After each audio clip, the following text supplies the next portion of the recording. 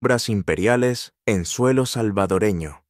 El enigma masónico que unió cortes y repúblicas, 1870 a 1936. Adéntrate en los salones de la corte imperial, donde el eco de los imperios resonaba con la promesa de una nueva era.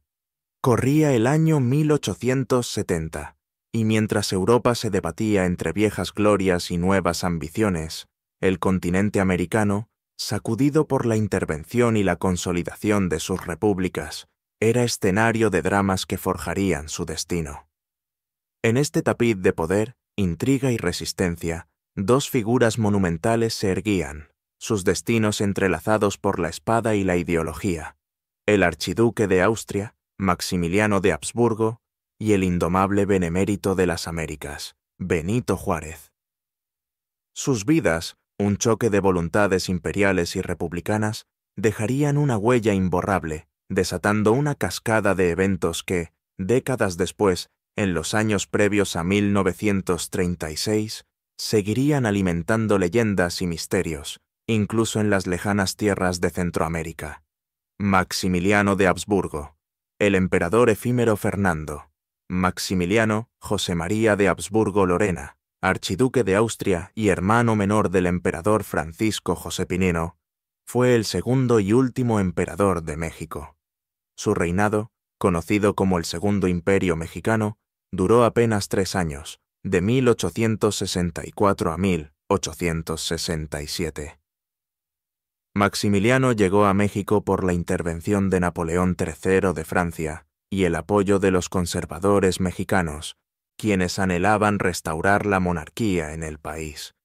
Sin embargo, su imperio fue fugaz y se desmoronó rápidamente debido a la tenaz resistencia liberal liderada por Benito Juárez y la retirada de las tropas francesas. Fue capturado y fusilado en Querétaro el 19 de junio de 1867 por orden de Juárez. Oficialmente, Maximiliano no tuvo una relación directa con El Salvador. No obstante, existe una persistente leyenda urbana que lo vincula con este país. Esta teoría sugiere que Benito Juárez, ya sea por razones masónicas o por haberle perdonado la vida en secreto, no lo fusiló, sino que lo ayudó a escapar y a vivir en El Salvador bajo la identidad de Justo Armas. Aunque esta teoría ha generado numerosos debates e investigaciones, no cuenta con el respaldo de la historiografía oficial. Benito Juárez, el defensor de la República. Benito Pablo Juárez García, conocido como el Benemérito de las Américas, fue un destacado abogado y político mexicano de origen zapoteco. Es una de las figuras más importantes en la historia de México, ocupando la presidencia en varias ocasiones entre 1858 y 1872. Juárez fue un líder clave en la Guerra de Reforma, conflicto entre liberales y conservadores, y en la Segunda Intervención Francesa en México, donde se enfrentó directamente al imperio de Maximiliano. Promulgó las leyes de reforma, que establecieron la separación entre la Iglesia y el Estado, la libertad de culto y la nacionalización de bienes eclesiásticos. Es un símbolo de la defensa de la soberanía nacional y la legalidad. Fue él quien ordenó el fusilamiento de Maximiliano para reafirmar la autoridad del gobierno republicano. La relación de Benito Juárez con El Salvador fue principalmente a través de la política exterior y los principios de soberanía.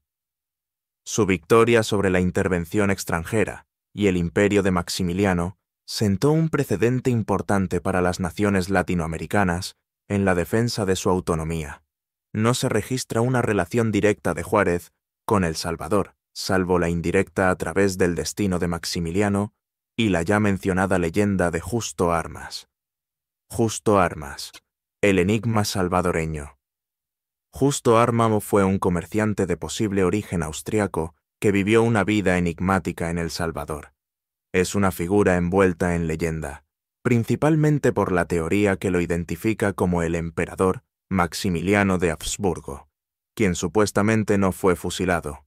Se dice que llegó a El Salvador alrededor de 1870, descalzo, una particularidad que lo acompañó por el resto de su vida y que, según su propia versión, era una promesa a la Virgen del Carmen. A pesar de su aparente humildad al llegar, Justo Armas era una persona culta y con modales aristocráticos, lo que alimentaba las especulaciones sobre su verdadera identidad. Se ganó la vida como comerciante y, curiosamente, también impartía clases de gracia social y protocolo a las familias pudientes de San Salvador. Tuvo un negocio de alquileres y catering. Fue acogido por familias influyentes, destacando su amistad con el vicepresidente Gregorio Arbizu. Su acceso a la oligarquía salvadoreña de la época también contribuyó a su misterio. Justo Armas nunca reveló su verdadera identidad. Su estilo de vida refinado, sus excentricidades y el misterio en torno a su persona dieron origen a la persistente leyenda que lo vincula con Maximiliano. Falleció en San Salvador el 29 de mayo de 1936, a una edad muy avanzada, posiblemente más de 100 años si la teoría fuera cierta. Aunque la mayoría de los historiadores descartan la teoría del Maximiliano sobreviviente, la figura de Justo Armas sigue siendo un tema de fascinación en la historia salvadoreña y mexicana. Investigaciones recientes, incluyendo supuestas pruebas de ADN, han intentado, sin consenso definitivo, arrojar luz sobre esta enigmática figura. Benito Juárez y la masonería. Benito Juárez fue un masón prominente y activo. Se inició en la masonería el 15 de enero de 1847 en la Logia Independencia número 2, perteneciente al rito nacional mexicano. La masonería tuvo una profunda influencia en el pensamiento y las políticas liberales de Juárez. Los ideales masónicos de libertad, igualdad, fraternidad, laicismo y progreso fueron fundamentales en su lucha por un Estado laico y en la promulgación de las leyes de reforma. Juárez fue un firme defensor de la separación Iglesia-Estado, un pilar del ideario masónico de la época. El rito nacional mexicano, RNM, es una de las vertientes de la francmasonería más importantes y con mayor arraigo en la historia de México, caracterizada por su fuerte identificación con los ideales liberales y nacionalistas del país. Fue fundado el 22 de agosto de 1825 o 26 de marzo de 1826, según algunas fuentes, buscando crear un rito libre e independiente de cualquier otro en el mundo, adaptándose a la realidad mexicana y promoviendo la unidad nacional, la libertad y la razón. El RNM tiene una estructura de 9 grados, divididos en una rama simbólica, aprendiz, compañero, maestro, y una rama filosófica, maestros aprobados, damas y caballeros del secreto, damas y caballeros del águila mexicana, perfectos artífices, grandes jueces, grandes inspectores generales de la orden. Durante los años en que Benito Juárez lideraba la República Mexicana y enfrentaba el imperio de Maximiliano, El Salvador también experimentaba su propio proceso de construcción nacional y definición política. Este fue un período marcado por la región centroamericana estaba enfrascada en la lucha entre liberales y conservadores. Los liberales buscaban modernizar el Estado, reducir el poder de la Iglesia, fomentar el comercio y la educación laica. Presidentes como Gerardo Barrios, 1859 a 1863, y posteriormente figuras como Francisco Dueñas, conservador hasta 1871, y los liberales Santiago González, 1871 a 1876, y Rafael Zaldívar, 1876 a 1885, implementaron reformas significativas. Las ideas de Juárez y la victoria del liberalismo en México tuvieron un eco importante en El Salvador y el resto de Centroamérica. La firme postura de Juárez contra la intervención extranjera y su defensa de la República inspiraron a los liberales centroamericanos. Hubo constantes tensiones y guerras entre las distintas repúblicas centroamericanas, impulsadas a menudo por la pugna entre facciones liberales y conservadoras. La figura de Juárez y los principios que defendió, muchos de ellos arraigados en su ideario masónico, sirvieron de inspiración y ejemplo para los líderes liberales y masones salvadoreños. La masonería también llegó a El Salvador en el siglo XIX y se convirtió en una fuerza importante para el movimiento liberal, funcionando como centro de discusión y organización para ideas progresistas. Muchos líderes liberales salvadoreños, incluyendo presidentes como Rafael Zaldívar, fueron masones. La primera logia documentada en El Salvador, Le Progrés Número, inició operaciones en San Salvador en septiembre de 1871. Esta logia reclutó miembros de la élite política y social del país, incluyendo al vicepresidente Manuel Méndez, al escritor Juan José Cañas y al gobernador de San Salvador, José Larreinaga. Además, atrajo a figuras extranjeras como el francés Auguste Buinot, representante de la Compagnie General Transatlantique, y Juan Luis Buerón, director de ferrocarriles. Aunque no hay evidencia de una conexión masónica directa o formal entre Juárez y las logias salvadoreñas de su tiempo, la influencia fue ideológica. El éxito de Juárez en México, un masón liberal, validaba y fortalecía los argumentos de los masones y liberales salvadoreños en su propia lucha por la modernización y la laicidad de su Estado. A diferencia de Juárez, la membresía masónica de Maximiliano es un tema mucho más controvertido y, en gran medida, desmentido por la historiografía seria. Las investigaciones históricas concluyen que Maximiliano no fue masón.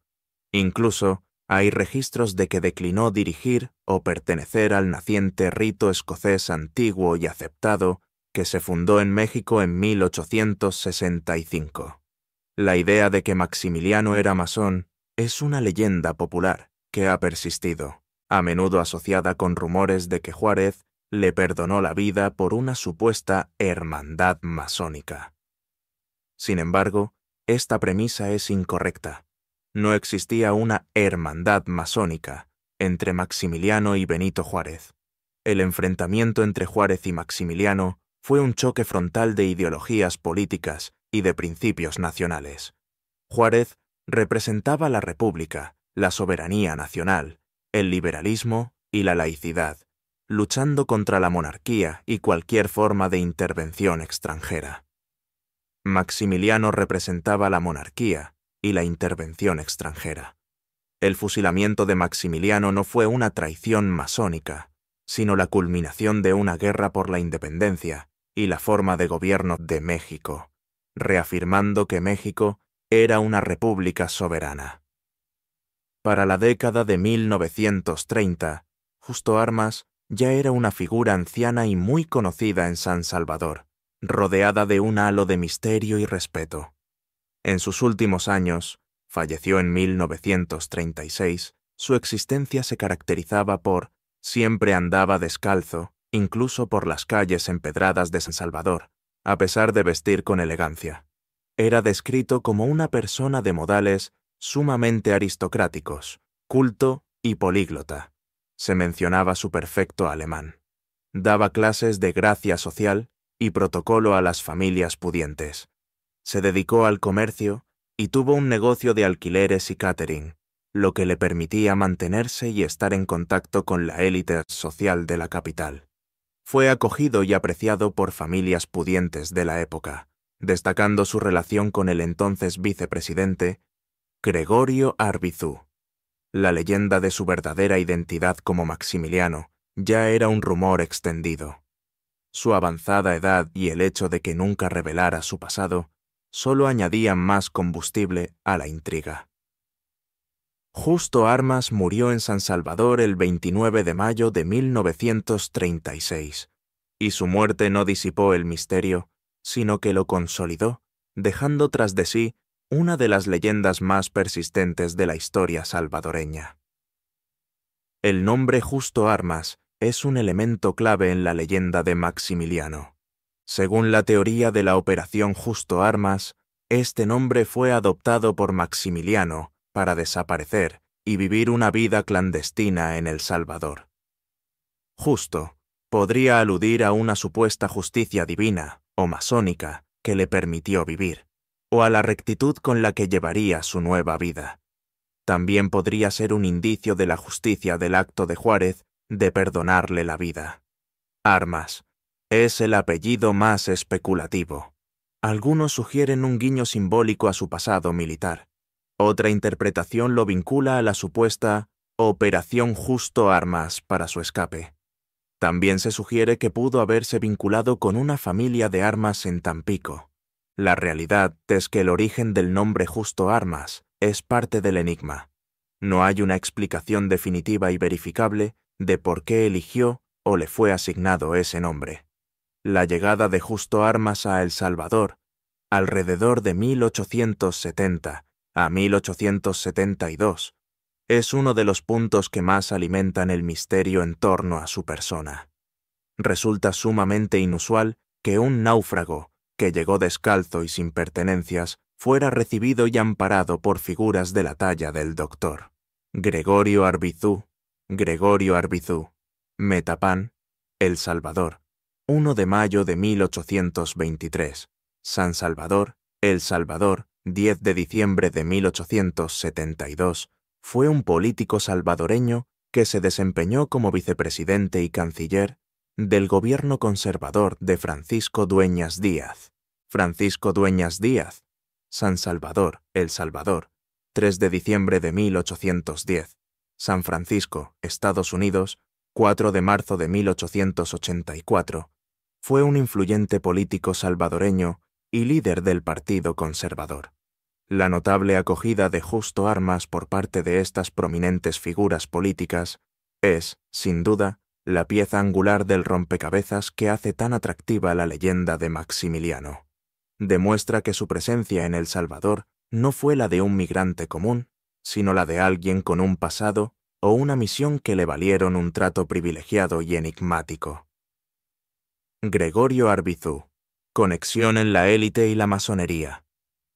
Respecto a la posible pertenencia de Gregorio Arbizú a la masonería, la documentación disponible no lo confirma explícitamente. Sin embargo, su posición en la élite política y su cercanía con Justo Armas, cuya enigmática identidad y modales generaron muchas especulaciones, lo sitúan en un contexto donde las redes de influencia, incluidas las masónicas, eran de gran relevancia. La masonería en El Salvador jugó un papel crucial en este periodo, con la fundación de la primera logia Le Progrès número 5 en 1871 y la posterior creación de la Gran Logia Cuscatlán. Estas organizaciones se convirtieron en centros de discusión y organización para las ideas progresistas y reformistas. Muchos líderes liberales salvadoreños de la época fueron masones, lo que resalta la importancia de esta institución en la configuración del Estado y la sociedad salvadoreña durante el siglo XIX y principios del XX. La pregunta que se plantea es, ¿por qué un extranjero, aparentemente desvalido, recibiría tales honores y el patrocinio de la élite política de El Salvador? La teoría más famosa es que Arbizú y otros líderes estaban al tanto de su verdadera identidad como Maximiliano. En esta hipótesis, su llegada fue parte de un plan secreto para garantizar su supervivencia y refugio. Aunque no hay pruebas sólidas de que Justo Armas fuera masón, la acogida por un líder conservador como Arbizú podría sugerir otro tipo de lazos o influencias desconocidas. Una posibilidad menos dramática es que Justo Armas fuera un hombre excepcionalmente culto, que logró fascinar a figuras influyentes con sus historias y conocimientos. Sin embargo, esto no explica el nivel de protección y el misterio que lo rodeó. Si bien Dueñas y Arbizú eran conservadores, la masonería liberal sí tuvo una gran influencia en El Salvador a partir de 1871. La existencia de logias en El Salvador, como Le Progrès en DEC 5 y la posterior Gran Logia Cuscatlán, y la afiliación de líderes liberales salvadoreños, como el general Santiago González, sucesor de Dueñas, o Rafael Zaldívar, muestran que la masonería era una fuerza activa en la región. Aunque no masónicas, los conservadores tenían sus propias redes de poder e influencia, a menudo ligadas a la a la Iglesia y las élites terratenientes. La acogida de Justo Armas por Arbizú podría haber sido parte de alguna de estas redes, o simplemente una conexión personal por el carisma y la cultura de Armas. La acogida de Justo Armas por personajes políticos tan prominentes es, sin duda, la pieza angular del rompecabezas que hace tan atractiva la leyenda de Maximiliano. Demuestra que su presencia en El Salvador no fue la de un migrante común, sino la de alguien con un pasado o una misión que le valieron un trato privilegiado y enigmático. Durante el período de 1930 a 1936, las relaciones entre Austria y El Salvador eran limitadas y predominantemente de carácter diplomático formal, sin un gran intercambio político o económico directo. Esta década estuvo marcada por la Gran Depresión a nivel mundial, impactando severamente las economías de ambos países. Las relaciones diplomáticas se gestionaban a menudo a través de embajadas concurrentes o mediante consulados honorarios. No había una presencia diplomática de alto nivel o muy activa que denotara una relación bilateral intensa.